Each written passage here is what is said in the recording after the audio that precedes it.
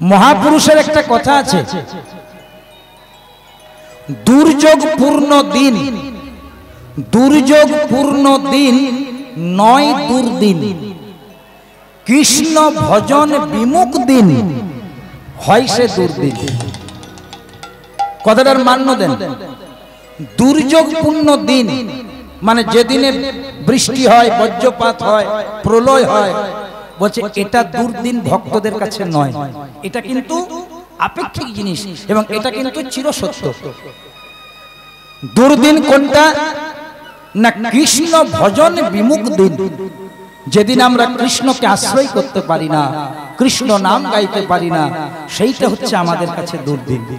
তাহলে আমরা একটু ভিন্ন স্বাদের আজ একটা কীর্তন শুনবো, যে কীর্তনগুলো আপনারা প্রায় শুনেন, সেখান থেকে একটু বেরিয়ে ভগবানের মহাযজ্ঞে দেবাদিদেব মহাদেব পরম বৈষ্ণবের আগমন তথা দক্ষ যজ্ঞে শিবের নিমন্ত্রণ না থাকার আকাঙ্ক্ষা। সবাই বলুন প্রেমানন্দে নিতাই গৌর হরি হরি হরি।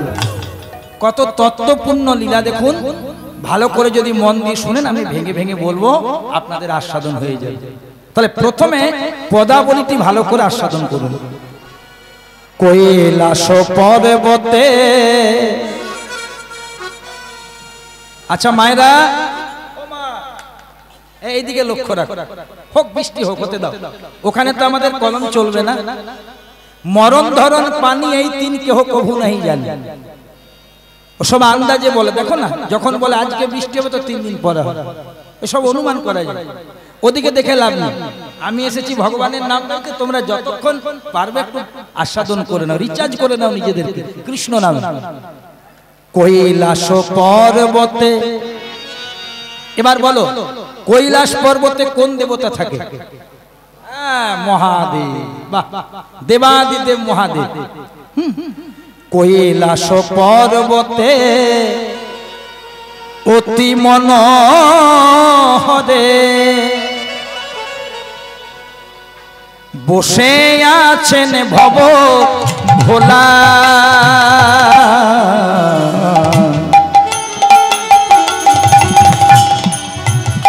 ওগো কৈলাস পর্বতে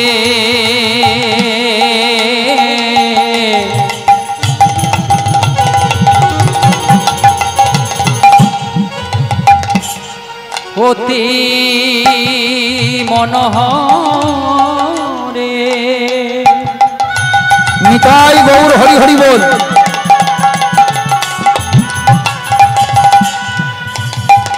আমারে বসে আছেন ভব ভোলা, ভব ভোলা, কৈলাস পর্বতে অতি মনোহরে, যার মুখে রাম নাম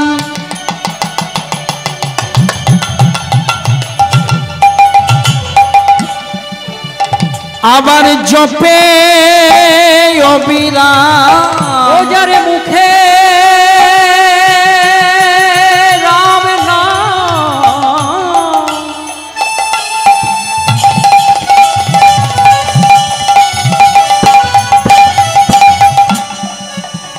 ওগো জপে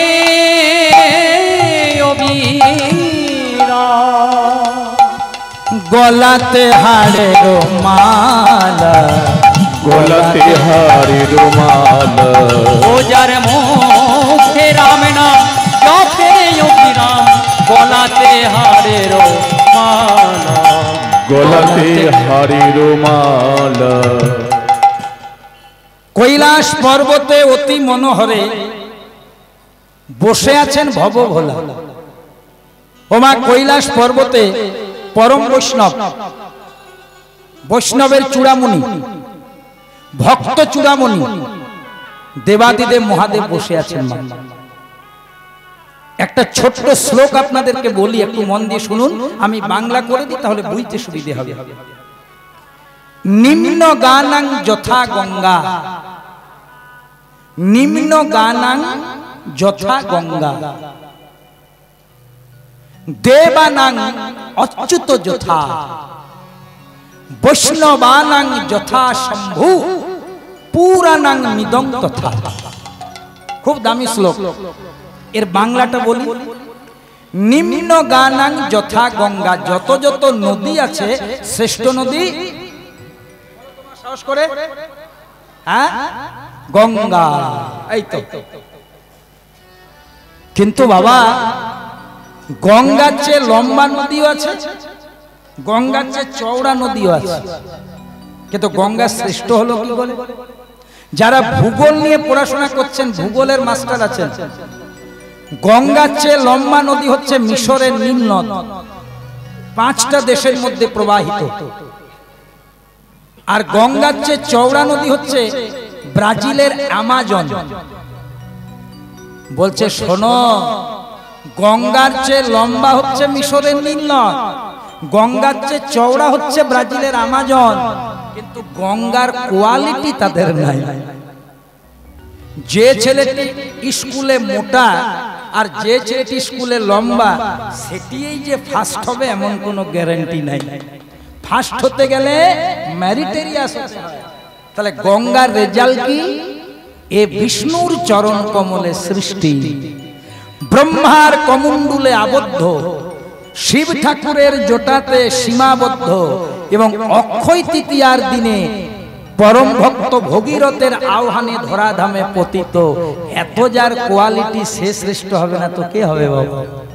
তাছাড়া দেখো মায়েরা, এটা সাধারণ জিনিস, তুমি গঙ্গার জল একদম ঘোলাটে জল বাড়ি এনে রাখো, 2 দিনের মধ্যে পরিষ্কার হয়ে যায়, পোকাও ধরবে না। আর তুমি ফিল্টারের জল পিউরিফাই করে বাড়িতে রাখো, 2 দিন 5 দিন 10 দিন পরে দেখবে পোকা লেগে গেছে। তাহলে কি এমন কোয়ালিটি আছে বোঝো মা। নিম্ন গানাং যথা গঙ্গা, নদী শ্রেষ্ঠ গঙ্গা, দেবানাং অচ্যুত যথা, নদী শ্রেষ্ঠ গঙ্গা, দেবতা শ্রেষ্ঠ হচ্ছে বিষ্ণু বা কৃষ্ণ, দেবানাং অচ্যুত যথা। ওই জন্য মহাপ্রভু কৃষ্ণ নাম কেন করতে বলেছেন? বলছে কেউ যদি গাছের মূলে জল দেয়, গাছের গোড়াতে জল দেয়, তাকে যেমন আর ডালপালাতে দিতে হয় না, তেমনি কলিকালে যদি কেউ কৃষ্ণ ভজন করে, সব ভজন তার একসাথে হয়ে যায়। নিম্ন গানাং যথা গঙ্গা, দেবানাং অচ্যুত যথা। এইবার কি বলছে দেখো, বৈষ্ণবানাং যথা শম্ভু, বৈষ্ণবের মধ্যে শ্রেষ্ঠ হচ্ছে শম্ভু, মানে শিব ঠাকুর। কে বৈষ্ণব? নিরন্তর যার মুখে শুনিবে কৃষ্ণ নাম, যে 24 আওয়ার্স ভগবত চিন্তায় দিনাতিপাত করেন, তিনি বৈষ্ণব। আর কে বৈষ্ণব? যাহারে দেখিলে মুখে আসে কৃষ্ণ নাম, যাকে দেখলে মনে হয় প্রণাম করি, একটু সৎসঙ্গ করি, কৃষ্ণ কথার চর্চা করি, জানবেন তিনি বৈষ্ণব। সে জাতিতে যাই হোক, তার টাইটেল সামন্ত হোক, সাঁতরা হোক, কোপাট হোক, চ্যাটার্জি হোক, ব্যানার্জি হোক, বাউরি হোক, পাল হোক, যেই হোক, যাকে দেখলে আপনার কৃষ্ণ প্রেমের উদয় ঘটবে, জানবেন তার মধ্যে বৈষ্ণবত্ব আছে। নিম্ন গানাং যথা গঙ্গা, দেবানাং অচ্যুত যথা, বৈষ্ণবানাং যথা শম্ভো, পুরাণাং মিদং তথা। আর পুরাণের মধ্যে শ্রেষ্ঠ পুরাণ হচ্ছে ভাগবত পুরাণ। এটা মহাজনের কথা। সেই দেবাদিদেব মহাদেব বসে আছে কৈলাস পর্বত। আচ্ছা মা, আমরা যদি ফাঁকা জায়গায় বসে থাকি কি করি বলো তো? সত্যি বলো, আমরা যদি 2 জন 4 জন 5 জন কোনো ফাঁকা জায়গায় বসে থাকি কি করি? বলে বাবা সব বসেছি, কিছু করিছে না করি, পরের নিন্দা গ্যারান্টি করি। কিছু করিছে না করি, পরের নিন্দা কিন্তু গ্যারান্টি করি। ওর মা ভালো নয়, ওর বাবা ভালো নয়, ওর বৌমা ভালো না, আমি ধোয়া তুলসী লতা।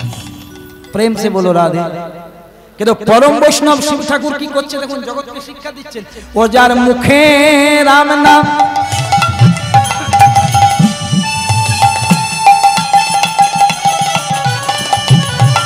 ও গো জপেও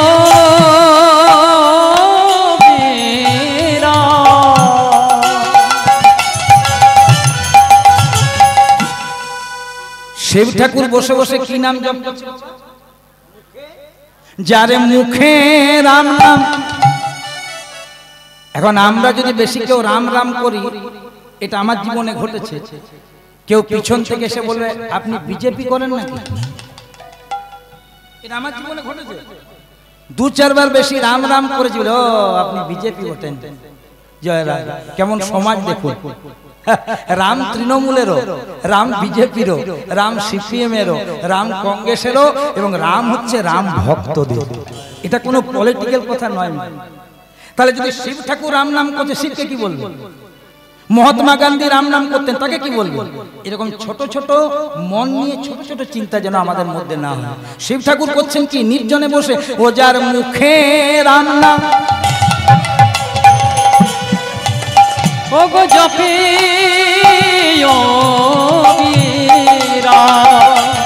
আবার গলাতে হারের মালা, গলাতে হারের মালা। ও যার মুখে রাম নাম জপে গলাতে হারের মালা, শিবের গলাতে হারের মালা। শিব ঠাকুর বসে বসে রাম নাম জপ করছেন, তত্ত্বটা শুনুন। শাস্ত্র মতে শিবের গুরু রাম আর রামের গুরু শিব। এমন রিলেশন বাবা ত্রিজগতে খুঁজে পাবেন না। শিবের গুরু রাম, রামের গুরু শিব। যদি বলেন হলো কি করে, তত্ত্বটা বলে দিই। কৈলাস পর্বতে হর পার্বতী বসে আছে, বাবা মা বৈষ্ণব বৈষ্ণবী। ওমা, হঠাৎ মা পার্বতী লক্ষ্য করলেন পরম বৈষ্ণব ভোলানাথের দক্ষিণ নয়নে জল। মা পার্বতী বলছে, প্রভু তোমার নাম আশুতোষ, আসতে, তোমার নাম আশুতোষ, তুমি অল্পতে তুষ্ট হও। শিবকে বলছে তুমি সদানন্দ, তুমি সর্বদা আনন্দে থাকো। তা আই তোমার কি এমন দুঃখ হলো যে তোমার দক্ষিণ নয়নে জল? সঙ্গে সঙ্গে শিব ঠাকুর বলছে, পার্বতী তুমি ধরেছো, আজ আমার দুঃখ হয়েছে। কি দুঃখ? শিব ঠাকুর বলছে, আজ আমার গুরু রাম পঞ্চবটী বনে তার প্রিয়তমা পত্নী সীতাকে হারিয়ে লক্ষণের কাছে কেঁদে কেঁদে বলছে, সীতা ধ্যান, সীতা জ্ঞান, সীতা চিন্তা মনি, সীতা বিনা আমি যেন মনি হারা। আমার গুরুদেব রামচন্দ্র কাঞ্চন সীতার জন্য। আমি শিব ঠাকুর, আমি আমার শ্রী গুরুদেব রামচন্দ্রকে আমার দক্ষিণ দিকটি সম্প্রদান করেছি, তাই গুরুর দুঃখে আমার দক্ষিণ নয়নে জল। মা পার্বতী বলছে, রাম তোমার গুরু? কই আগে তো বলনি। বলে কেন আগে বলে কি হবে? ও স্বামী, আমি তোমার অন্য কেউ নয়, অর্ধাঙ্গিনী। রাম যদি তোমার গুরু, আলটিমেটলি রাম আমারও গুরু, কারণ আমি তোমার স্ত্রী, আমি তোমার সহধর্মিনী। তাহলে যে আমার আর আমার স্বামীর গুরু, সে কেমন গুরু আমি ছেড়ে দেব না বাপু, আমি একটু পরীক্ষা করব। কথায় আছে, জল খাবি ছেনে আর গুরু করবি জেনে। পার্বতী বলছে, তোমার রামচন্দ্রকে আমি পরীক্ষা করব কেমন গুরু। শিব ঠাকুর বলছে, পরীক্ষা করতে যেও না, লজ্জিত হবে। কিন্তু পার্বতী ছেড়ে দেওয়ার পাত্রী নয়। কি করলো শোনো মা, ওই যে রাম লক্ষণ, ফোনগুলো একটু বন্ধ করো মা, ওইটাইতে তো জগৎটা শেষ হয়ে গেল গো। ওগুলো ফোনের খুব কষ্ট জানেন, ওরা কান্দে, কেউ রেস্ট দেয় না। একটু দাও, 3 ঘন্টা রেস্ট দাও মা। ও মায়েরা ভালো করে লক্ষ্য রাখো। পার্বতী কি করলো জানেন মা, ওই যে রাম লক্ষণ সীতাকে খুঁজে বেড়াচ্ছে, পার্বতী সীতা সেজে নিলেন। কিন্তু একটা কথা বলো মা, সীতার হচ্ছে 2টি নয়ন, মানে 2টি চোখ। মা পার্বতীর কয়টি? 3টি। হ্যাঁ ঠিক 3টি। মা পার্বতীর 3টি, সীতার 2টি। এখন মা পার্বতী সীতা সেজে নিয়েছে, কিন্তু তৃতীয় নয়নটি তো লুকোতে পারে। যেই না সীতা সেজে পঞ্চবটী বনের সামনে দাঁড়ালো, প্রথমে লক্ষ্য পড়লো লক্ষণের। লক্ষণ চিনতে পারেনি, বলছে দাদা ওই দেখো, ওই দেখো সীতা দেবী চলে এসেছে। রামচন্দ্র কাছে গেলেন, তিনি তন্তর্যামী ভগবান, আপাদমস্তক ভালো করে নিরীক্ষণ করলেন। এবার কৃতাঞ্জলি পুটে কি বলছে দেখুন শ্রীরামচন্দ্র, পার্বতী সীতা সেজে এসেছে, বলছেন মাগো জানো কি কোথা গেল মোর জানো কি? ও মা, তুমি কি জানো? Do you know? তুমি কি জানো কোথায় গেছে আমার জানো? বলে কেন, এই তো আমি তোমার জানো। বলে এমন কথা বলতে নেই মা, আমার দুঃখে তুমি আমাকে পরীক্ষা করতে এসেছো, সব লুকিয়ে তুমি সীতা সেজেছো, কিন্তু তোমার তৃতীয় নয়নটি লুকোতে পারবে। ওই তৃতীয় নয়নে ধরা গেলে তুমি আমার গুরু পত্নী পার। লহ প্রণাম মাতা, যেই না ধরা পড়ে গেছে। আর মেয়েরা যদি কোনো কিছু করে পড়ে ধরা পড়ে কি করে বলেন তো? ধরুন কোন স্ত্রী এমন একটা কাজ করেছে, স্বামীর কাছে ধরা পড়ে গেছে, তখন কি করে? জিভতে বার। আর সেই রূপটাই পরবর্তী ক্ষেত্রে মা কালী রূপ হয়েছে। তারপরে তো অন্য ঘটনা, শিবের গায়ে পা দেয়া অন্য দিকের ব্যাপার। বলছে শোনো, শ্রীরামচন্দ্র বলছে তোমার মনের মধ্যে বিষ্ণু প্রেম জাগরিত হয়েছে, এই জন্মে রাম অবতারে আমি তোমার ইচ্ছা পূর্ণ করতে পারবো না। কিন্তু যেদিন দাপরের সন্ধিক্ষণে কৃষ্ণ হয়ে যমুনার কুলে কুলে, ওই দুটো কানে নিয়েছি, মনে হচ্ছে শুনতে পায় না লোকটা। ও আমাকে পড়াতে চেয়েছিল, পড়িনি। লোকে ভাবে সবসাচী কালা হয়ে গেছে। প্রেম সে বলিয়ে রাধে রাধে। তোমার মনের মধ্যে বিষ্ণু প্রেম জাগরিত হয়েছে, এই জন্মে রাম অবতারে তোমার মনস্কামনা পূর্ণ করতে পারবো না। কিন্তু যেদিন দাপরের সন্ধিক্ষণে কৃষ্ণ হয়ে যমুনার কুলে শত শত লীলা করব, সেদিন তুমি হবে আমার লীলা সহায়কারিণী যোগ মায়া। তাই যে সমস্ত জ্ঞানীগুণী আধ্যাত্মিক জগতের ভক্ত আছেন, তারা দেখবেন ভগবান কৃষ্ণ বৃন্দাবনে যত যত লীলা করেছেন, যোগ মায়া ছাড়া কোনোদিন লীলা হয়নি। সেই জন্য শিব ঠাকুর কৈলাস পর্বতে বসে রাম নাম জপ করছেন, আর পদকর্তা মহাজন বলছেন যেই হর সেই তো হরি। ওগো যেই হর সেই তো হরি, যেই হর সেই তো হরি। সবাই বদন ভরে বলুন হরি। যেই হর সেই তো হরি, সবাই বদন ভরে বলুন হরি। যেই হর সেই তো হরি, সবাই বদন ভরে বলুন হরি। যেই হর সেই তো হরি, বদন ভরে বলুন হরি। যেই হর সেই তো হরি, যেই হর সেই তো হরি, বদন ভরে বলুন হরি। বলুন হরি। বলছে যেই হর সেই হরি। একটু বুঝিয়ে দি মা, আমার মামা বাড়ি হচ্ছে ডায়মন্ড হারবার। আচ্ছা, আমার মামা বাড়ি যদি ডায়মন্ড হারবারে হয়, আচ্ছা বলো তো মা, আমার বাপের বাড়ি কোথায় হবে? মায়ের বাপের বাড়ি? আমার মামা বাড়ি যদি ডায়মন্ড হারবারে হয়, আমার মায়ের বাপের বাড়ি কোথায় হবে?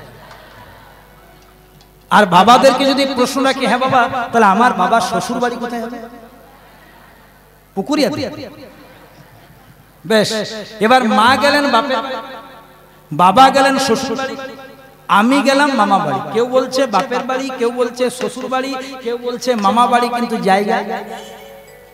তাহলে যেই হলো সেই হলো। কেউ কৃষ্ণ ভক্ত, কেউ কালী ভক্ত, কেউ দুর্গা ভক্ত, কেউ মহাপ্রভু ভক্ত, কেউ শিব ভক্ত। এবার মাঝে মাঝে দ্বন্দ্ব করে, কেউ বলে শিব বড়, কেউ বলে কালী বড়, কেউ বলে দুর্গা বড়। ভগবান গীতাতে পরিষ্কার করে আমাদের জন্য বলেছেন, এটা কিন্তু মাথায় রাখতে হবে। ভগবান কৃষ্ণ বলেছেন গীতায়, যে যথা মাং প্রপদন্তে তাং স্থতৈব ভজাম্যহম। এর বাংলা মানে কি? বলছে যে আমাকে যেভাবে ভজন করে, যে রূপে ভজন করে, যেভাবে পেতে চায়, যদি অন্তরে তার শুদ্ধ প্রেম ভক্তি থাকে, আমি তাকে সেই রূপেই কৃপা করি। মা কখনো সে তো কখনো পিত, কখনো নীল লোহিত রে। মা কখনো সে তো কখনো পিত, কখনো নীল লোহিত রে। মায়ের রূপ দেখে, রূপ দেখিয়া কমলা, মায়ের রূপ দেখিয়া কমলা কান্ত। মায়ের রূপ দেখিয়া কমলা কান্ত, সহজে পাগল হলো রে শ্যামা মা কি আমার কালো রে, শ্যামা মা কি আমার কালো, শ্যামা মা কি আমার কালো রে, শ্যামা মা কি আমার কালো। মায়ের কালো রূপে দিগম্বরী, মায়ের কালো রূপে দিগম্বরী, মায়ের কালো রূপে দিগম্বরী, মায়ের কালো রূপে দিগম্বরী, হৃদিবদ্ধ করে মোরালো রে শ্যামা মা কি আমার কালো রে, শ্যামা মা কি আমার কালো, শ্যামা মা কি আমার কালো রে, শ্যামা মা কি আমার কালো। কত সুন্দর গানটা দেখো মা। এটা কেন দু লাইন গাইলাম? বলছে মা কখনো শ্বেত, কখনো পীত, কখনো নীল লোহিত রে।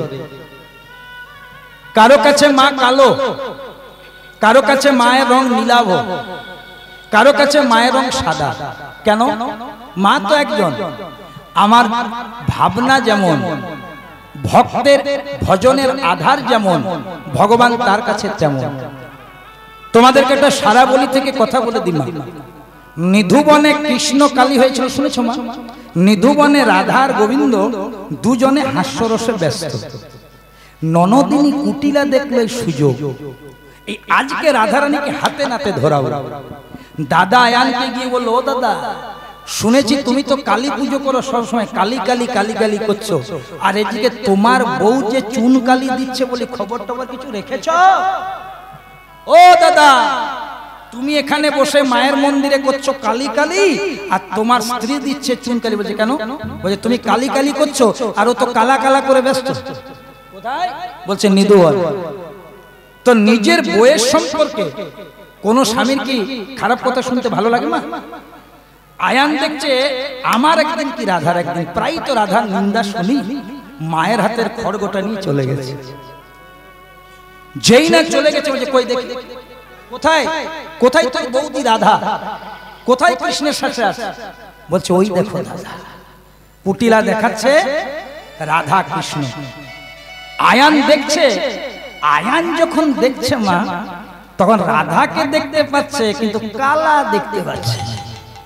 ও তো কালী ভক্ত, হ্যাঁ, ও কিন্তু দেখছে মা কালীর সেই রূপ।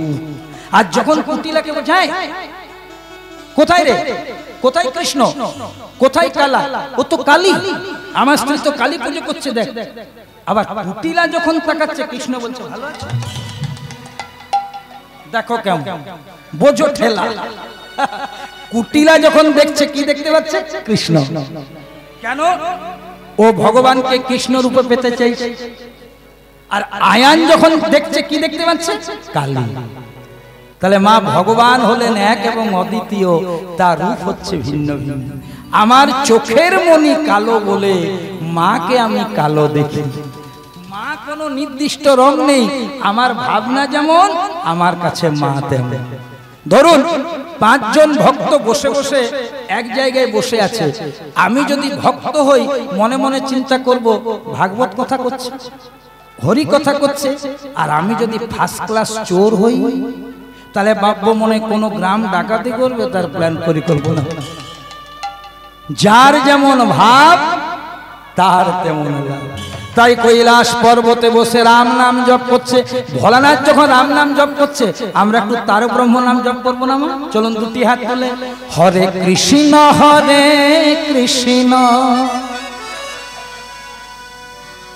যদি মনে করেন তুলবেন, কৃষ্ণ কৃষ্ণ হরে হরে, হরে রাম হরে রাম, রাম রাম হরে হরে, হরে কৃষ্ণ কৃষ্ণ কৃষ্ণ হরে হরে, হরি বল।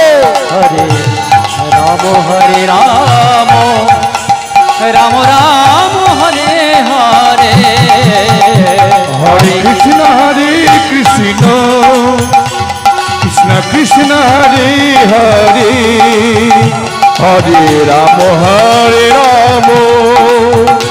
রাম রাম হরে হরে হরে কৃষ্ণ কৃষ্ণ সবাই বলুন, সবাই কৃষ্ণ কৃষ্ণ হরে হরে হরে রাম রাম রাম রাম হরে হরে হরে কৃষ্ণ কৃষ্ণ কৃষ্ণ হরে হরে হরে রাম রাম রাম হরে হরে হরে কৃষ্ণ কৃষ্ণ কৃষ্ণ হরে হরে হরে রাম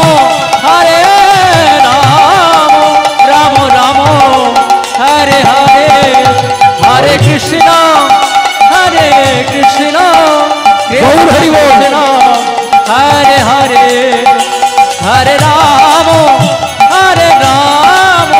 রাম রাম হরে হরে হরে কৃষ্ণ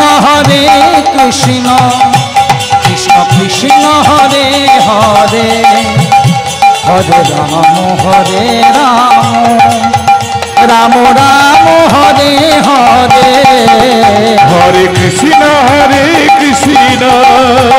কৃষ্ণ কৃষ্ণ হরে হরে হরি হরি বল, হরি হরি বল। হরে রাম রাম হরে হরে হরে কৃষ্ণ কৃষ্ণ কৃষ্ণ হরে হরে হরে রাম রাম রাম হরে হরে কৈলাস পর্বতে বসে বসে দেবাদিদেব মহাদেব পরম বৈষ্ণব শ্রী গুরু নাম বা রাম নাম জপ করছে। এইবার মন দিয়ে শোনো মা, হেনকালে কৈলাসে কে আসছে দেখুন, যে না এলে বৃষ্টিটা বন্ধ হবে না। তাই আমি ওই জন্য অনেকক্ষণ থেকে ডাকছি, একটু বন্ধ করো। করেছে করছি কি এখন কমেছে তো? ঠিক আছে। যিনি না এলে লীলা বিস্তার হবে না, তিনি দেবতাদের ঋষি। কি নাম? নারদ মুনি বলতে হবে। এই তো নারদ মুনি। একটা কথা শোনো, বলছে আমরা কোন জিনিসটা জানি, নিতে শিখতে হবে, সৎসঙ্গ করতে হবে, ভালো মানুষের সঙ্গ করতে হবে। ওই ফেসবুকে পচা রোগ রাখলে হবে না যে মাথা খাবে। হোয়াটসঅ্যাপে মেসেজ করো, ফেসবুকে মেসেজ করো, ক্ষতি নাই, কিন্তু দেখো সঙ্গ যেন ভালো থাকে। ভালো যদি সঙ্গ হয় আপনার উন্নতি হবেই হবে, সে যেমনই হোক। ও মায়েরা মন দিয়ে শোনো, কৈলাস পর্বতে বসে বসে দেবাদিদেব মহাদেব রাম নাম জপ করছিলেন। এবার কি আসছে দেখুন, দেবতাদের ঋষি, যার নাম দেবর্ষি নারদ। নারদের একটা গাড়ি আছে গো, ঢেকি যান। সেই ঢেকি জানে চেপে নারদ মুনি কৃষ্ণ নাম গাইতে গাইতে আসছে। কেন জানেন? কারণ নারদ জানে যে ঠাকুর যে ফুলে সন্তুষ্ট থাকে সেটাই দিতে হয়। ভোলানাথ কিসে সন্তুষ্ট না? ভোলানাথকে যদি কেউ নাম শোনায়, মা কীর্তন শোনায়, একবারই ভোলানাথ মহানন্দে খুশি, নাম শুনতে খুব ভালোবাসে। সেই জন্য তো ভোলানাথ শ্মশানে থাকে। কৃষ্ণ জিজ্ঞেস করেছিল তুমি শ্মশানে থাকো কেন? বলছে দুটো কাজ হয়, শ্মশান শান্তির জায়গা, বসে বসে নাম করতে পারি, আর যখন আমি করতে পারি না তখন আমি নাম শুনতেও পাই। বলছে কখন না? যখন সকলকে নিয়ে আসে, নাম করতে করতেই তো নিয়ে আসে। ওখানে তো নাম করতে করতেই নিয়ে যায় নাকি মা? বলো হরি বল, বলো হরি হরি বল, আমার গাড়ি হরি বল, আমার বাড়ি হরি বল, আমার ছেলে হরি বল। আমাদের ভালোবাসা কতক্ষণ না? ভাতের পাতে কাকজিটি যতক্ষণ। কাকজিটার মধ্যে যতক্ষণ রসামৃত ততক্ষণ কাকজিটির দাম। একবার অন্যের মধ্যে কাকজি রসামৃতটা নিগড়ে নিলে কাকজির দশা কেমন হয়? তেমনি রান্না করবেন, বাটনা বাটবেন, জামা কাপড় ধুয়ে দিবেন, রসামৃত যুক্ত কাগজি। দু চার টাকা উপার্জন করে বাড়ি নিয়ে যাবেন, দেখবেন ঘরের লোক কত ভালোবাসবে। কিন্তু যেদিন শরীর কথা বলবে না, আর সংসারের জন্য কিছু করতে পারবেন না, গঙ্গা জলের মতন পরিষ্কার হয়ে যাবে আপনাকে কে বেশি ভালোবাসে। তাহলে যদি ভালোবাসতে হয় ভগবানকে ভালোবাসতে হবে, আর ভগবানকে ভালোবাসতে গেলে ভগবানের নামকে ভালোবাসতে হবে, আর ভগবানের নামকে ভালোবাসতে গেলে ভগবানের নাম নিয়ে যারা আছে তাদের সঙ্গ করতে হবে। আর সেরকম সঙ্গ হচ্ছে দেবর্ষি নারদ মুনি। ভোলানাথের কাছে আসছে কেন না, ভোলানাথ রাম নাম শুনতে পছন্দ করে, ভগবানের নাম শুনতে পছন্দ করে। নারদ তার বীণাটিকে বলছে, ওরে বীণা যন্ত্র, ভালো করে একবার উলুধ্বনি দেন তো মা।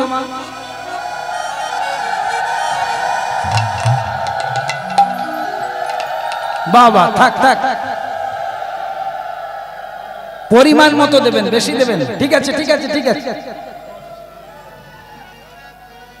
একসাথে বেশিক্ষণ দেবেন। বাবারা বলবেন প্রেমানন্দে নিতাই গৌর হরি হরি বল, হরি বল হরি বল। ওরে বীণা যন্ত্র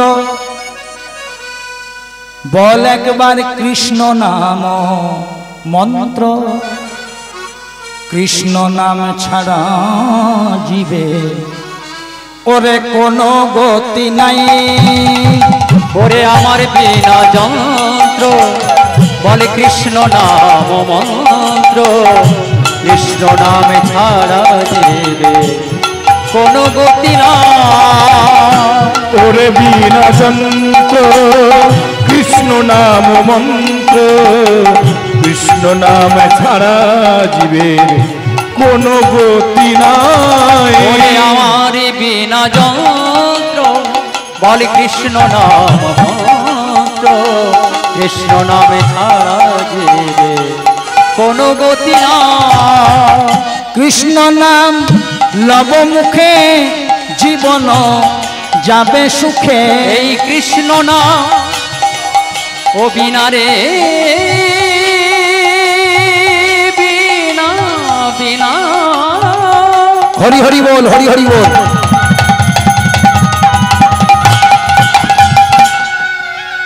ওরে আমার সাধের বীণা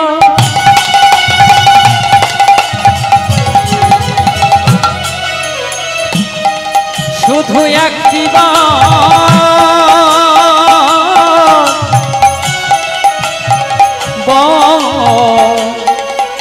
বলে কৃষ্ণ কৃষ্ণ কৃষ্ণ না লব মুখে জীবন যাবে সুখী।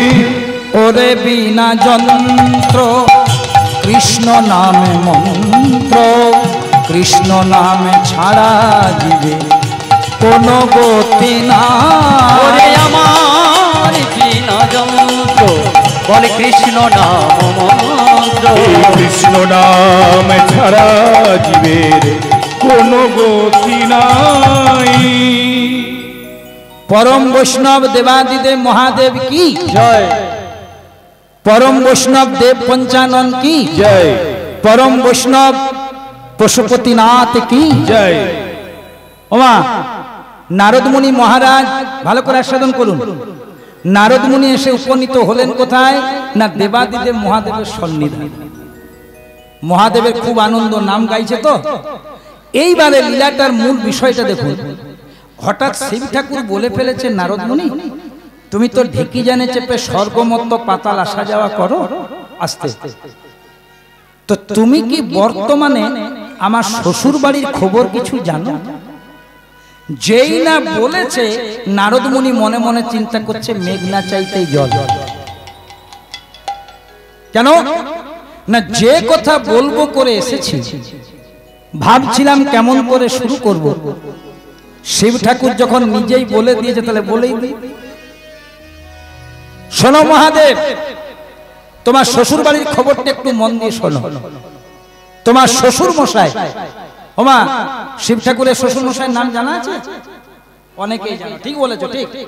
কিন্তু কেউ মনে করবেন আমি প্রশ্ন করিনি মা, আমি শুধু আলোচনা করছি। শিব ঠাকুরের শ্বশুর মশাইয়ের নাম হচ্ছে দক্ষ রাজা।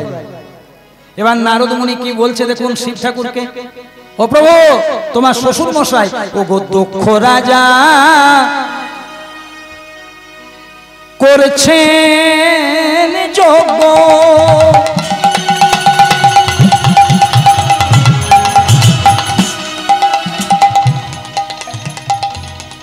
শান্তি পাবা আসে। দক্ষ রাজা করছে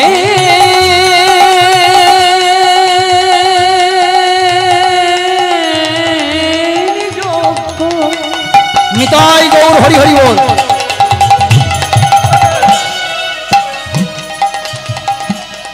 ও গো শান্তি পাওয়া আসে। ও প্রভু, তুমি তো পরম বৈষ্ণব, খবরটা শোনো। তোমার শ্বশুর মশাই দক্ষ রাজা করছেন যজ্ঞ, শান্তি পাবার আছে। কিন্তু সমস্যাটা কোথায় হয়েছে জানো? ত্রিভুবন করেছেন নিমন্ত্রণ,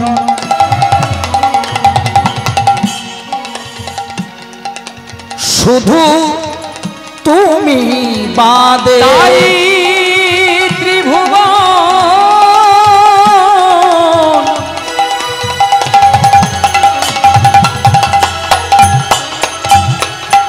করেছেন নিমন্ত্রণ,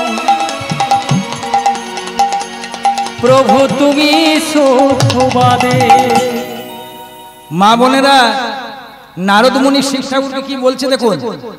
তোমার শ্বশুর মশাই দক্ষ রাজা করছেন যজ্ঞ, শান্তি পাবার আসে, ত্রিভুবন করেছেন নিমন্ত্রণ, ঠাকুর তুমি শুধু বাদে। ও গো তোমায় নিমন্ত্রণ করেনি প্রভু, তোমায় নিমন্ত্রণ করেনি প্রভু, তোমায় নিমন্ত্রণ করেনি প্রভু, তোমায় নিমন্ত্রণ করেনি প্রভু।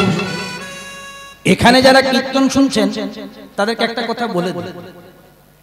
দক্ষ রাজার মেয়ে ছিল 60 জন, 6-0 মনে রাখবেন। দক্ষ রাজার মেয়ে ছিল 60 জন। তার মধ্যে 27টি মেয়ের বিয়ে হয়েছিল চন্দ্রদেবের সাথে, মানে চাঁদের সাথে। মনে থাকবে কটা বললাম? 27, 27।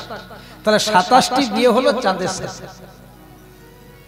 13টি মেয়ের বিয়ে হয়েছিল কশ্যপ ঋষির সাথে। কত হলো যোগ করে বলো? হ্যাঁ 40। এই তো, এত ভালো অঙ্ক জানো। 27টি মেয়ের বিয়ে হয়েছিল চন্দ্রদেবের সাথে, 13টি মেয়ের বিয়ে হয়েছিল কশ্যপ ঋষির সাথে। 27, 13, 40। 11টি মেয়ের বিয়ে হয়েছিল একাদশ রুদ্রের সাথে। তাহলে 40, 11, 51। 8টি মেয়ের বিয়ে হয়েছিল ধর্মের সাথে। 51, 8, 59। আর 60 থেকে 59 চলে গেলে কত থাকে? আরে তুমি এত টেনশন নিচ্ছ কেন? তোমার মাইক ভালো চলছে, বিশ্বাস করো। আমি তো 4 বছর গাইছি, কোনোদিন তোমার মাইক খারাপ চলে না, সুন্দর চলছে। তাহলে 27টি চাঁদের সাথে, 13টি কশ্যপ ঋষির সাথে, 27, 13, 40। 11টি একাদশ রুদ্রের সাথে, 40, 11, 51। 8টি ধর্মের সাথে, 51, 8, 59। আর 60 থেকে 59 গেলে একেবারে ছোটটি, যার নাম সতী, সেটি পড়েছিল শিবের কপালে। তাহলে দক্ষ রাজার ছোট জামাই হচ্ছে শিব। এখানে যারা শাশুড়ি মা হয়েছে তারা এটা ভালো জানে যে যেটি ছোট জামাই হয় সেটি নাকি বড় আদরের হয়। তাহলে দক্ষ রাজার আদরের জামাই, ছোট জামাই শিব ঠাকুর। পোড়া কপাল দেখো মা, সবাই নিমন্ত্রিত, ইনিই বাদ। দক্ষ রাজা করছেন যজ্ঞ, শান্তি পাবার আসে, ত্রিভুবন করেছেন নিমন্ত্রণ, প্রভু তুমি শুধু বাদ। তোমাকে নিমন্ত্রণ করেনি। শিব বলছে আমাকে নিমন্ত্রণ করেনি মানে দু পক্ষের মঙ্গল, আমার শ্বশুরেরও মঙ্গল, আমারও মঙ্গল। কেন না? আমি তো একা যাব না, আমার ভূত, প্রেত, ষাঁড়, দত্ত, দানা, সাপ, বহু কিছু নিয়ে যাও। বাঘ ছাল পরে যাও, ছাই ভস্য মেখে যাব। আমার শ্বশুরের সম্মানে ক্ষতি হতে পারে, যে কেমন লোকের সাথে বিয়ে দিয়েছে গো। তাহলে নিমন্ত্রণ করেনি। তবে যত ভয় আমার তোমাকে নিয়ে নারদ, আমরা স্বামী স্ত্রী ভালোই সুখে আছি, দেবা দেবী, বৈষ্ণব বৈষ্ণবী, সতী আর আমার ভালোই সংসার। কিন্তু যা করেছো করেছো, খবরটি আমার সতীকে বলে দিও না, ও বড় খেপি। ওমা খেপা খেপি এক না হলে সংসার ভালো হয়? ধরুন খেপি যদি একাদশী করে আর খেপা যদি বলে ওই দিনই দ্বাদশী করবো, হবে? হবে গো? আবার যদি খেপা বলে আমি একাদশী করব, গীতা মহাযজ্ঞ করব, আর খেপি যদি বলে আমি সেদিন সেবা মহাযজ্ঞ করব, হবে? যাদেরই স্বামী স্ত্রীর মন এক জায়গায় আছে, রামকৃষ্ণ ঠাকুর কেন? মা শারদার জন্য। জয়দেব গোস্বামী গীত গোবিন্দ রচনা করলেন কেন? পদ্মাবতী পাশে ছিলেন বলে। বিল্লমঙ্গল কৃষ্ণ কৃপা পেলেন কেন? চিন্তামণির সাথে ছিলেন বলে। নারী শক্তি ছাড়া পুরুষের অস্তিত্ব নাই। চাঁদের নিজস্ব কোনো আলো নেই, সূর্যের আলোতে আলোকিত। এই যে আমরা যতই কীর্তন করি, আমরা যদি চাঁদ, তো আমাদের কমিটির দাদারা হচ্ছে সূর্য, উনারা দেন বলে আমাদের এত পাওয়ার। আরো নেব, আরো নেব, আরো নেব। জয় রাধে। তাহলে আমাদের নিজস্ব কোনো আলো নেই মা, উনাদের আলোতে আমরা আলোকিত। তো তেমনি দক্ষ রাজা করছেন যজ্ঞ, শান্তি বাবার আসে, বলছে আমাকে নিমন্ত্রণ করেনি, কোনো অসুবিধা নেই, কিন্তু এই খবরটা আমার সতীর কানে দিও না, কারণ খেপি তাহলে তুলকালাম কাণ্ড করে দেবে। নারদ মুনি মনে মনে ভাবছেন, শোনো মা, যে এত বড় খবরটা শিব ঠাকুরকে দিলাম, শিব ঠাকুরের কিছু হলোই না, ভাবলাম দিয়ে পরে জামাই আর শ্বশুরে ঝগড়া লাগাবো, কিছু হচ্ছেই না। কোন রকমে যদি মা সতীকে দিতে পারি, মা সতী বলবে পিতৃগৃহে আমার এত বড় যজ্ঞ হচ্ছে, আমি যাব, বাবা বলবে যেতে দেব না। যখন মা বাবাতে ঝগড়াটা লাগবে, তখন আমার নারদ জন্ম সফল হবে। তাই যেই না শিব ঠাকুর বলছে, শোনো যোগো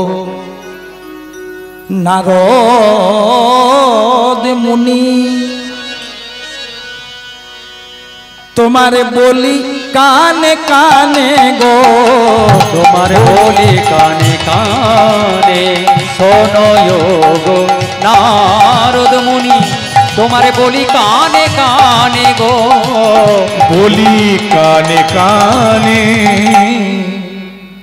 দক্ষ রাজা করছেন দক্ষ যজ্ঞ, আর এখানে হচ্ছে হরিনাম যজ্ঞ, সেই জন্য এটা রিলেটেড। তো দক্ষ রাজার তো কোনো অভাব নাই বাবা, সব দিকে পরিপূর্ণ, কিন্তু আমাদের এখানে যে হরিনাম যজ্ঞটা হয়, সেটা আপনাদের দানে এবং প্রতিদান। তাই আমি আপনাদের সকলের চরণে নিবেদন করব, আমার স্বপন দাদারা আপনাদের দরজার কাছে যাবে, মানে আপনাদের কাছে যাবে, যতটা সামর্থ্য হোক দান দিয়ে এই গীতা মহাযজ্ঞে এবং হরিনাম যজ্ঞে, আর তথাপি আজকের এই দক্ষ যজ্ঞে অংশগ্রহণ করে আপনাদের যেন মানব জন্মটা ধন্য হয়ে যায়। হরি হরি হরি বল, হরি বল। আমাকে দিয়ে শুরু করবেন। জয় রাম।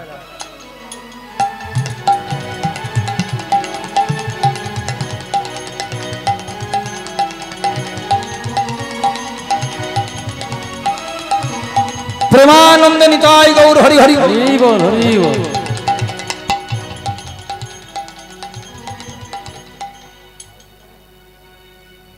মায়েরা ভালো করে আস্বাদন করবেন।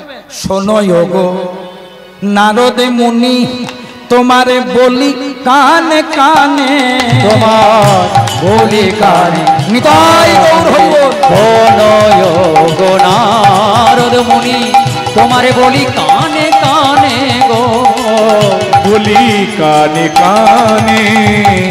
দক্ষ যজ্ঞের খবরে যেন সতী নাহি শোনে গো, আমার সতী নাহি শোনে। এই দক্ষ যজ্ঞের খবর যেন সতী নাহি শোনে গো, আর সতী নাহি শোনে।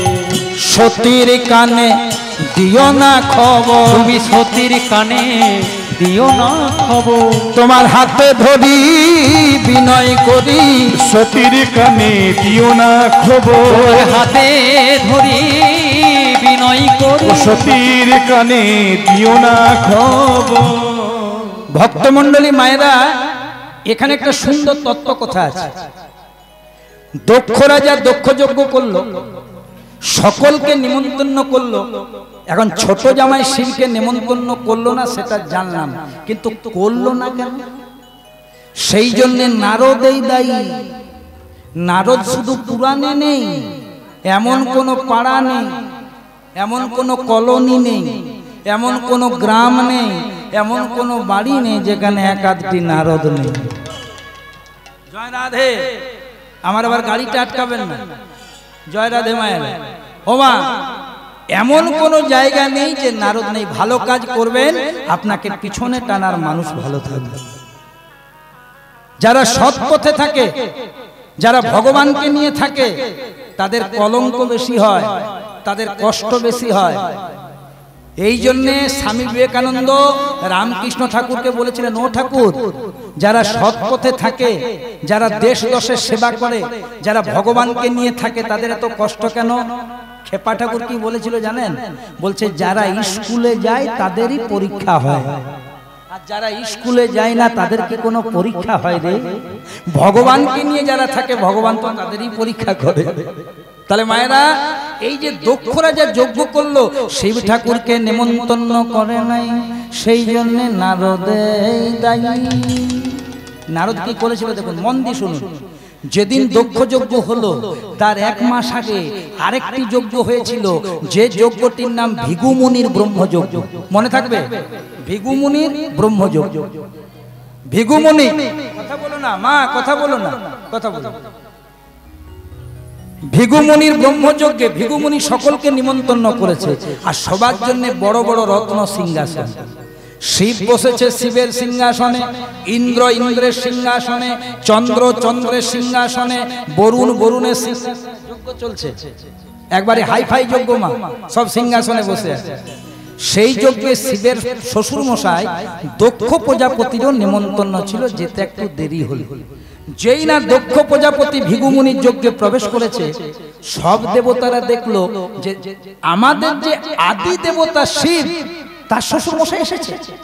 সবাই নিজ নিজ সিংহাসন ছেড়ে উঠে দাঁড়ালেন। কিন্তু মা, সবাই উঠে দাঁড়ালে কি হবে? যার শ্বশুর মশাই মানে শিবের, সেই উঠে না, সে বসে আছে তো বসে।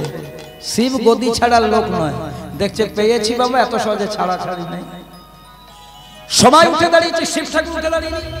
আর এইগুলি নারদ মুনি খুঁজে বেড়ায়। নারদ মুনি বলছে, এই যে দক্ষ রাজা, এইটি তো আপনার ছোট জামাইটি নাকি গো? ছি ছি ছি ছি ছি ছি, এমন জামাই করলেন, আপনার এইটুকু মেয়ে এমন একজনের সাথে বিয়ে দিলেন যার তো বয়সের আধার কার্ডেই নেই, ঠিক ঠিকানা নাই, আবার সম্মান জানে না। ও শ্বশুর মশাই বলে বাকিরা উঠে দাঁড়িয়েছে, আর শিব ঠাকুর কেমন বসে আছে। সঙ্গে সঙ্গে দক্ষ রাজা বলছে, নারদ মুনি তুমি তো ঠিকই বলেছো, আচ্ছা কি করা যায় বলো তো? নারদ মুনি মনে মনে চিন্তা করছেন, এইটাই আমি চাইছি, যে ডিসিশনটা আমার কাছে নেই। শুনুন, কি করবেন? এত বড় অপমান সহ্য করবেন না। কিছুদিনের মধ্যে আপনি একটা যজ্ঞ করুন, যেমন ভৃগু মুনি করছে ব্রহ্মযজ্ঞ, আপনি একটা যজ্ঞ করুন, নাম দেন আপনার নামে দক্ষ যজ্ঞ। সব দেবদেবীকে নিমন্ত্রণ করুন, আপনার ছোট জামাই শিবকে বাদ দিয়ে দিন, হিসেব বরাবর। তাহলে বুঝো মা, দক্ষ রাজা যে তার যজ্ঞে শিব ঠাকুরকে নিমন্ত্রণ করে নাই, নারদ এই কান ভারী করেছে। সেটা শিব ঠাকুর বুঝতেও পেরে গিয়েছিল, বৈষ্ণব তো, বৈষ্ণব বুঝতে পারে। বুঝতে পেরে বলেছিল, নারদ মুনি তোমার বুদ্ধিটা তো মোটা আমি জানতাম না, সেদিন কেন আমি উঠিনি জানো? সব দেবদেবী যখন আমার শ্বশুর মশাইকে সম্মান দিতে উঠে দাঁড়িয়েছিল, তখন স্বর্গ মর্ত পাতাল টলমল টলমল টলমল টলমল করছে। আমি একাই ধরেছিলাম, আর আমিও যদি শ্বশুর মশাইকে সম্মান দেওয়ার জন্য উঠে দাঁড়াতাম না, তাহলে হরিবল হয়ে যেত।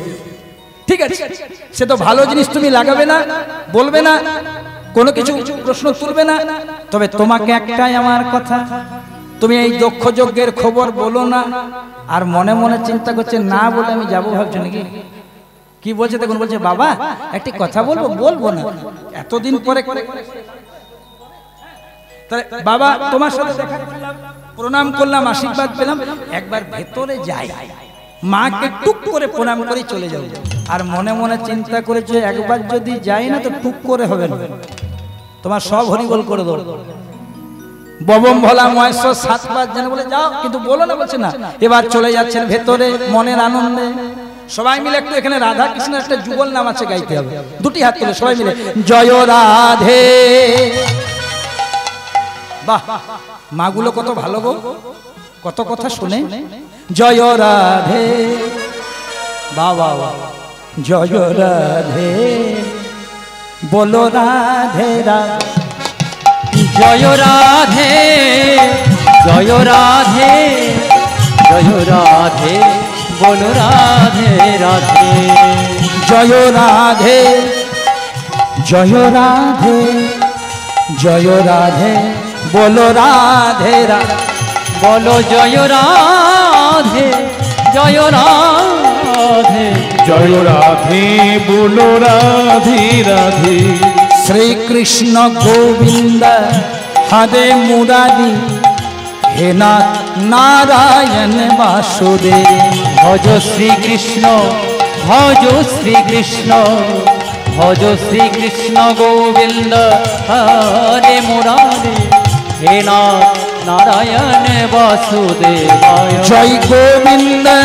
ও রাধা গোবিন্দ জয় গোবিন্দ ও রাধা গোবিন্দ জয় গোবিন্দ দামোদর মাধবে ও জয় গোবিন্দ দামোদর মাধবে জয় গোবিন্দ দামোদর মাধবে সবাই মিলে প্রেম সে জয় রাধে রাধে জয় রাধে জয় রাধে বলো রাধে রাধে জয় রাধে জয় রাধে জয় রাধে বলো রাধে রাধে বলো জয় রাধে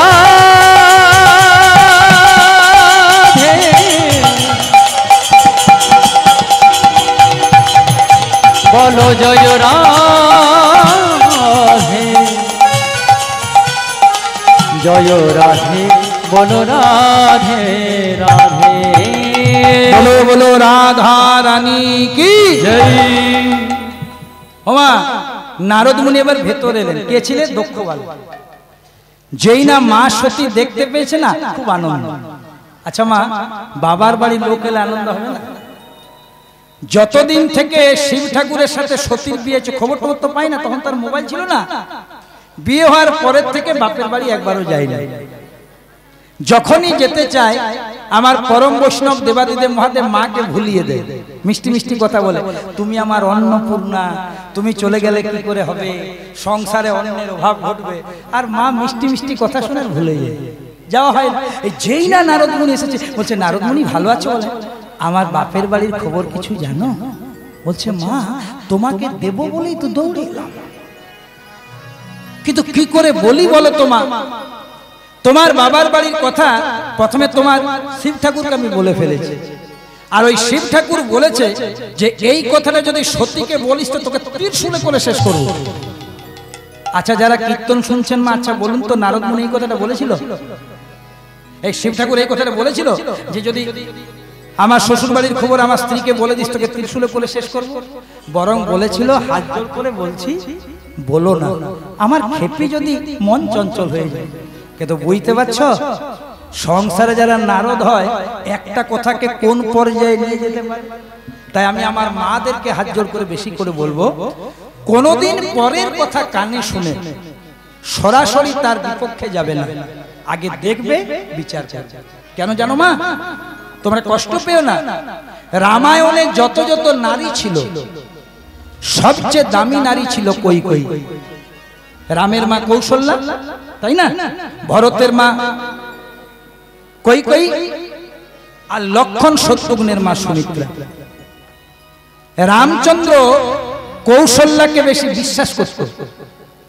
আর ওই লক্ষণ শত্রুঘ্নের মা সুমিত্রা দেখতে দারুণ ছিল আর বয়সটা কম ছিল একে বেশি ভালোবাসতো আর কৈকেয়ীকে দু চোখে দেখতে পারত না ওই নাম রক্ষা যেত বেশি সময় কাটাতো কিন্তু এদের কাছে কিন্তু রাজা দশরথের যখন কঠিন রোগটা হয়েছিল হাত দুটো আঙ্গুল গলে খসে পচে গিয়েছিল সেবাটা কে করেছিল যাদেরকে আমরা বেশি ভালোবাসি মনে রাখবে তারাই আমাদেরকে বেশি দুঃখ দেয় মনে রাখবে ইতিহাস প্রমাণ যাদেরকে আমরা বেশি ভালোবাসি তারা আমাদেরকে বেশি দুঃখ দেয় আর যাদেরকে আমরা বেশি বিশ্বাস করি তারা আমাদেরকে বেশি বিশ্বাসঘাতকতার কাজ করে রাজা দশরথের দুঃখের দিনে কৌশল্যা এলো না সুমিত্রা এলো না কৈকেয়ী সেবা করলো দশরথকে ভালো করে দিল তখন বলেছিল তুমি যে আমাকে ভালো করলে যদি তোমার কোনোদিন প্রয়োজন হয় আমি তোমাকে দুটো আশীর্বাদ দেব দেখো মা যখন বলা হলো রাম হবে অযোধ্যার রাজা আর তখনই মন্থরা কৈকেয়ীর কানে মন্ত্রণা দিয়ে দিয়ে, যে কৈকেয়ী এত ভালো ছিল শুধু মন্থরার কথা শুনে বলে দিল যে আমি তোমার সিদ্ধান্ত মানি না স্বামী, আমার ছেলে ভরতকে রাজা করতে হবে, রামকে 14 বছরের জন্য বলে বলে। এটা সবাই জানো, কথাটা কেন বললাম যে এত দামি চরিত্র কৈকেয়ী রামায়ণে, তথাপি আরেকটা নারীর কুমন্ত্রণা পেয়ে নিজের জীবনটাকে নষ্ট করে দিয়েছে। তাই কোনোদিন হাত জোড় করে বলছি, কীর্তন শুনে এগুলো শিক্ষা নিতে হবে। হঠাৎ করে কারো কথা শুনে রাগের বশে কোনো সিদ্ধান্ত নেবে না। যখনই মনের মধ্যে ক্রোধ হবে, কারো কিছু শুনবে, একটু নিজেকে স্থির করবে, সময় নেবে, এক দিন সময় নেবে, ব্যাপারটা বুঝবে, তারপরে তুমি সিদ্ধান্ত নেবে, তোমার সিদ্ধান্ত সঠিক হবে। কদিন রহিবে ভব মাঝে অবিলম্বে করো যাহা করিবা, কদিন রহিবে ভব মাঝে অবিলম্বে করো যাহা করিবা, কদিন রহিবে ভব মাঝে অবিলম্বে করো যাহা করিবা, কদিন রহিবে ভব মাঝে অবিলম্বে করো যাহা করিবা, পরের কথায় কিবা আসে যায়, তোমার পরের কথায় কিবা আসে যায়, মিছে দাগা তুমি পেও না, যার মুখে ভাই হরি কথা নাই, তার কাছে তুমি যেও না, যার মুখ হেরি ভুলে যাবে হরি, সেই মুখ পানে চেয়েও না। ও গো যার মুখে ভাই হরি কথা নাই, তার কাছে তুমি যেও না, যার মুখ হেরি ভুলে যাবে হরি, সেই মুখ পানে চেয়েও না। কত সুন্দর কথাটা দেখো, কত সুন্দর গান। যার মুখে ভাই হরি কথা নাই, তার কাছে তুমি যেও না, আর যার মুখ হেরি ভুলে যাবে হরি, সেই মুখ পানে চেয়েও না। কদিন রহিবে ভব মাঝে, আর কদিন থাকবে, অবিলম্বে করো যাহা করিবার, পরের কথায় কিবা আসে যায়, মিছে দাগা তুমি পেও না। তাই একবার বদন ভরে হরি বল রে, একবার বদন ভরে হরি বল রে, বদন ভরে হরি বল রে, একবার বদন ভরে হরি বল রে, বদন ভরে হরি বল রে, হরি নামে ছাড়া দিবে গতি নাই রে, বদন ভরে হরি বল রে, হরি বলা জনম পেয়েছো যখন, বদন ভরে হরি বল রে। মায়েরা তাহলে কোন জায়গায় লীলাটাতে ছিলাম দেখো। নারদ মুনিকে দেখে যেই না মায়ের খুব আনন্দ হলো, এবার মা বলেছে আমার বাপের বাড়ির খবর জানো? নারদ দেখছে, বলছে মা আস্তে আস্তে, মা গল্প করো না, তোমার বাবার বাড়ির খবর আমি যেটা জানি কেউ জানে না, কিন্তু কি করে দেব? শিব ঠাকুরকে প্রথমে বলেছি, আর সে বলেছে যদি এই খবরটা তুই সত্যিকে দিস, তোকে ত্রিশূলে করে শেষ করব। যেটা বলছিলাম, বলছে শোনো, আমার নাম চণ্ডী, বাবা যদি বৈষ্ণব আমি বৈষ্ণব, বৈষ্ণবেতে হয় যদি ক্ষুদ্র অপরাধ, মহা মহা ভজন হতে পড়ে যাইবা, বৈষ্ণব বৈষ্ণবীর চরণে অপরাধ করনি, তুমি তাড়াতাড়ি করে বলো। নারদ দেখছে কি হবে, যদি বলে দিই শিবের কোপানন, যদি না বলি তো চণ্ডীর রসানন, বরং বলে দিয়ে ঝগড়াটা লাগিয়ে দিয়ে একদম রেডি হয়ে আছে, বলবার পালাবে। শোনো মা, তোমার বাপের বাড়ির খবর, তোমার পিতা দক্ষ রাজা একটি সুন্দর যজ্ঞ করছে, যে যজ্ঞে সকলকে নিমন্ত্রণ করেছে, তোমাকে আর তোমার স্বামীকে বাদ দিয়ে বলে দিয়ে চলে গেল। যেই না চলে গেল, দেখো মা শুনলো খবরটা, সতী চলে এলো কার কাছে? সতী চলে এলো দেবাদিদেব মহাদেবের কাছে।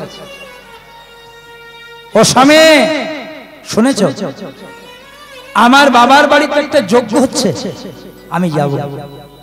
শিব বলছে বিনা নিমন্ত্রণে গুরুর বাড়ি যেতে নেই, তুমি বাপের বাড়ি যাবে কি করে? যাও। সতী কেন যাচ্ছে জানো বাবা? পৃথিবীতে যত যত যজ্ঞ হয়েছে, এই যেখানে গীতা মহাযজ্ঞ হচ্ছে, আমি লীলাটা কেন করছি জানেন? যে যজ্ঞে শিব ঠাকুরের আগমন হয়নি, যে যজ্ঞে পরম বৈষ্ণবের আগমন হয়নি, সে যজ্ঞ কোনোদিন পূর্ণ হয় না বাবা। দেখবেন বৃন্দাবনে ভগবান শ্রীকৃষ্ণের সর্বশ্রেষ্ঠ লীলার কি নাম বাবা? ওমা, হ্যাঁ ঠিক বলেছ। তোমাদের আমি জানি ভাড়ার ঘরটা ভালো। আমি এক আধটা প্রশ্ন কেন করছি জানো? আমি এখানে 4 বছর গাইছি তো, আমি তোমাদেরকে চিনি।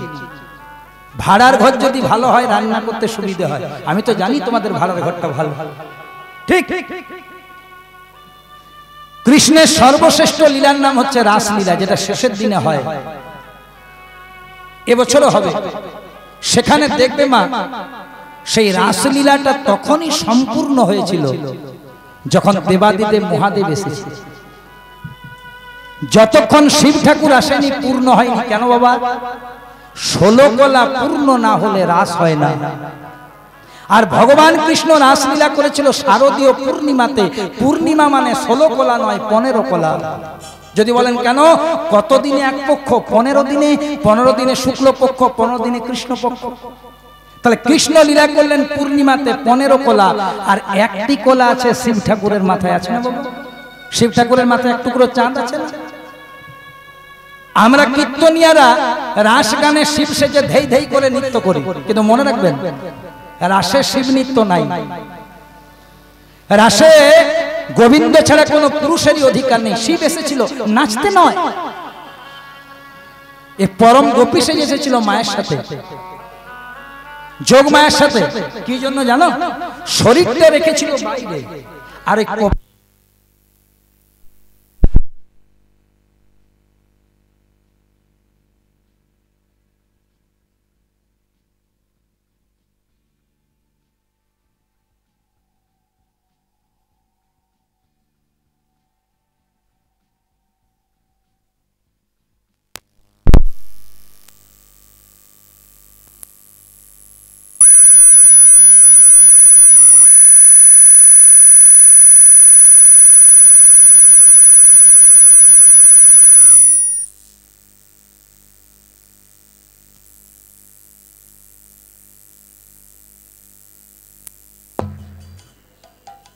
হরে কৃষ্ণ।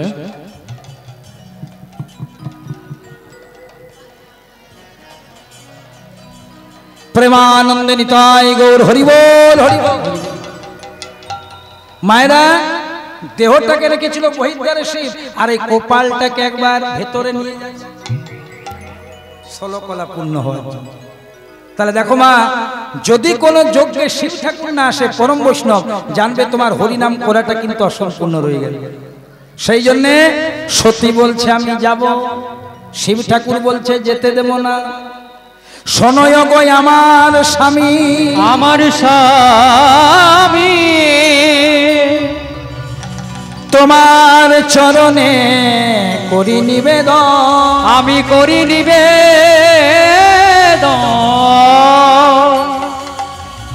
পিতার গৃহে যাব আমি, পিতার গৃহে যাব আমি, দাও গো বচন, তুমি আমায় দাও গো বচন। এই জায়গাটা মন দিয়ে শুনবে মা। সত্যি বলছে আমি যাব যাব যাব, আর শিব ঠাকুর বলছে যেতে দেব না। সতী কেন যাচ্ছে জানো মা? স্বামীকে অপমান করতে নয়, নিমন্ত্রণ নেই অথচ যাচ্ছে স্বামীকে অপমান করতে নয়, জগৎকে শিক্ষা দিতে যে শিব বৈষ্ণব যদি কোনো যজ্ঞে না যায় সে যজ্ঞ পূর্ণ হয় না।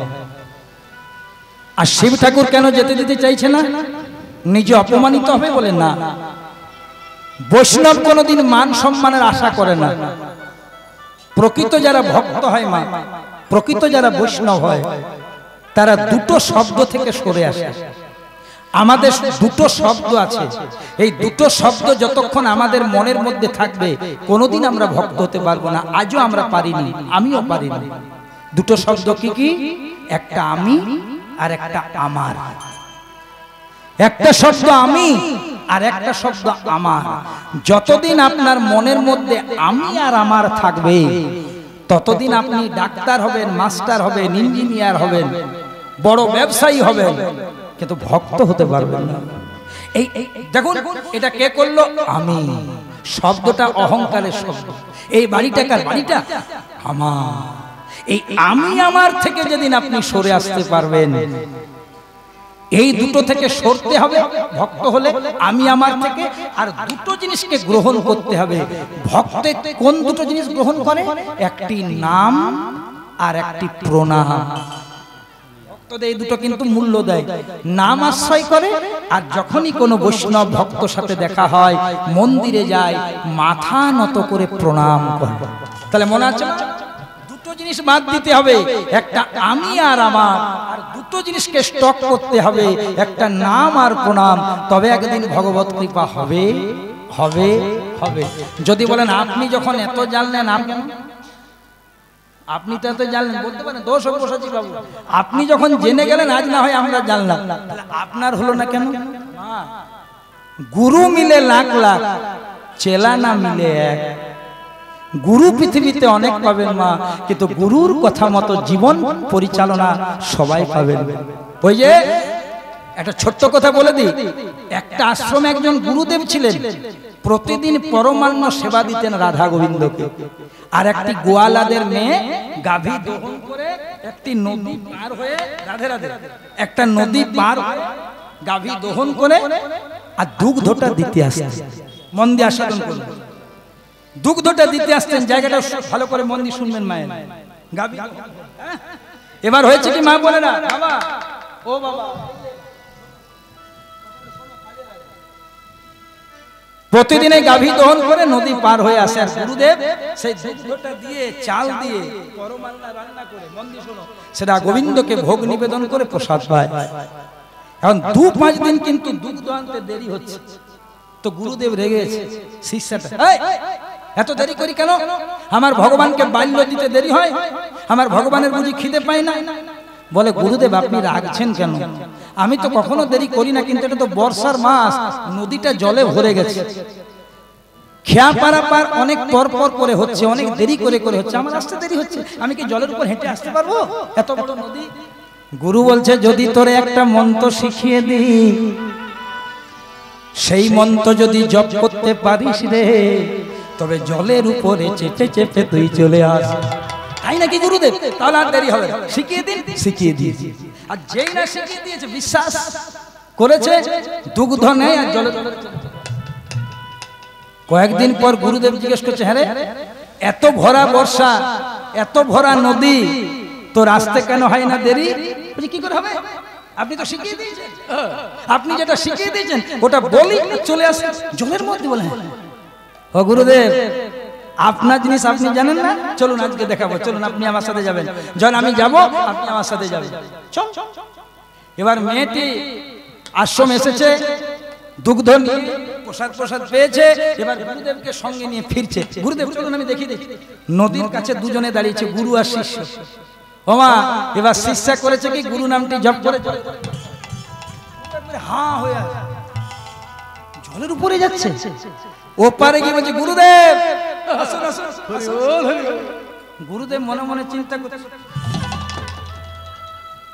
মা গুরু নামে শিষ্যের যত বিশ্বাস, স্বয়ং গুরুর তত বিশ্বাস নাই।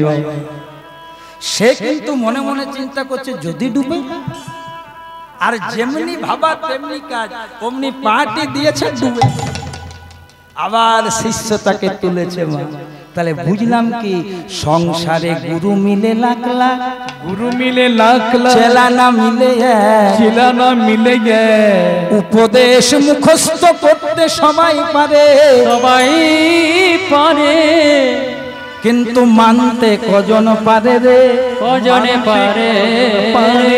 আর যেজন মানে, যেজন মানে, সে তো কৃষ্ণ চরণ পেয়ে যায়, কৃষ্ণ চরণে পেয়ে যায়। আর আজ লীলাতে কি হচ্ছে, মা পার্বতী বলছে যাবো, আমার বাপের বাড়িতে যোগ্য হচ্ছে, যাবো না? তুমি তো কোনোদিন যেতেই দাও না, ভাড়া দাও না, টাকা দাও না, পয়সা দাও না, যাও। শিব বলছে যেতে দেবো না, বলছে স্বামী আটকাতে পারবে? এই জায়গাটা মন দিয়ে শোনো মা, খুব দামি যায়। শিব তখন একটা ত্রিশূল নিয়ে দাঁড়িয়ে।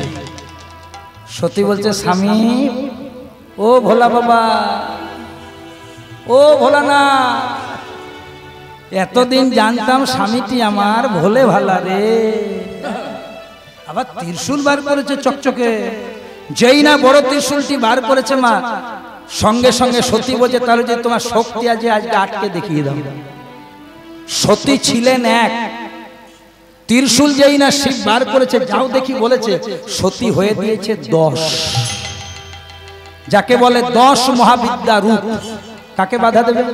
শিব ঠাকুর বাধা দিতে গিয়ে দেখছে সামনে দাঁড়িয়ে আছে কালী, তারা, ভৈরবী, ছিন্নমস্তা, বগলা, কমলা, ধূমাবতী, উড়েশ্বরী, পর পর 10টি রূপ ধারণ করেছে। তখন শিব ঠাকুর আর ত্রিশূল রাখতে পারে, ত্রিশূলটা ছেড়ে দিয়েছে।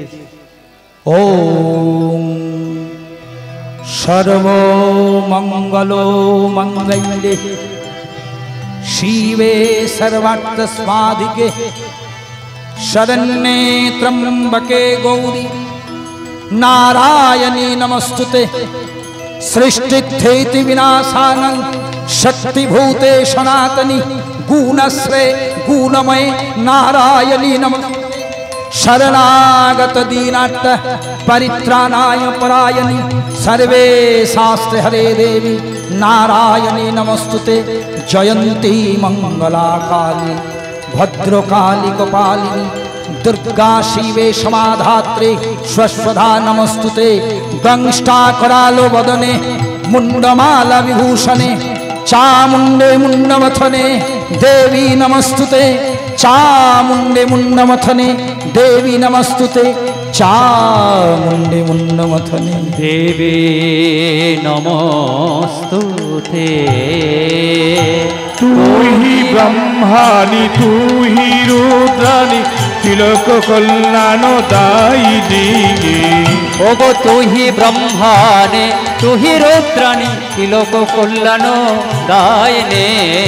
नमामि त्वं तारिणे नमामि त्वं तारिणी नमामि त्वं तारिणी। সবাই একটু হাত দুটি জোর করবেন মা, সবাই মিলে এবার আমার সাথে একটু চোখ বন্ধ করে বলুন, ইয়া দেবী সর্বভূতেষু মাতৃরূপেণ সংস্থিতা নমস্তস্যৈ নমস্তস্যৈ নমস্তস্যৈ নমো নমঃ। ইয়া দেবী সর্বভূতেষু শক্তিরূপেণ সংস্থিতা নমস্তস্যৈ নমস্তস্যৈ নমস্তস্যৈ নমো নমঃ। या देवी सर्वभूतेषु शान्तिरूपेण संस्थिता नमस्तस्यै नमस्तस्यै नमस्तस्यै नमो नमः। या देवी सर्वभूतेषु भक्तिरूपेण संस्थिता नमस्तस्यै नमस्तस्यै नमस्तस्यै नमो नमः। उलुध्वनि मा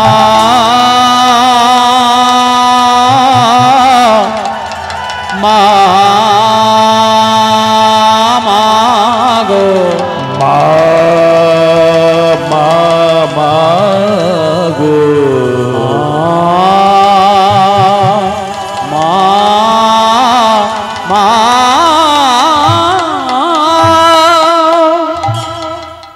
যেই না 10 মহাবিদ্যা রূপ ধারণ করেছে মা, অমনি শিব ঠাকুর বলছে সতী আর এত ভয়ঙ্কর রূপ দেখো না, তোমার যেদিকে ইচ্ছে যাও। হলো স্বামী, শখ মিটল। যখন আমি ভালোই ভালোই বললাম বাবার বাড়ি যাব, তখন ত্রিশূলটা নিয়ে বলছে যেতে দেবো না। আর যেমনি আমি 10টি রূপ দেখিয়ে দিলাম, ভয়ে বলছে যাও, এখানে সুন্দর পদাবলী আছে। বলি এতদিন পরে বাপের বাড়ি যাব, শুধু শুধুই যাব, একটা ভালো শাড়ি দাও গো, 2-4টা গহনা দাও, 2-4টি অলংকার দাও, এতদিন পরে বাপের বাড়ি যাব। মেয়েরা বাপের বাড়ি গেলে এটা বলেই থাকে। আর তখন শিব খুব হাসছে। এই যে পদাবলীটা গাইব, এটা চণ্ডীদাস ঠাকুরের লেখা। প্রথম জীবনে তিনি কালী কীর্তন লিখতেন, এই পদাবলীটা লিখেছিলেন। সেটা আপনাদের কাছে শোনাবো, একটু মন দিয়ে শুনবেন। শিব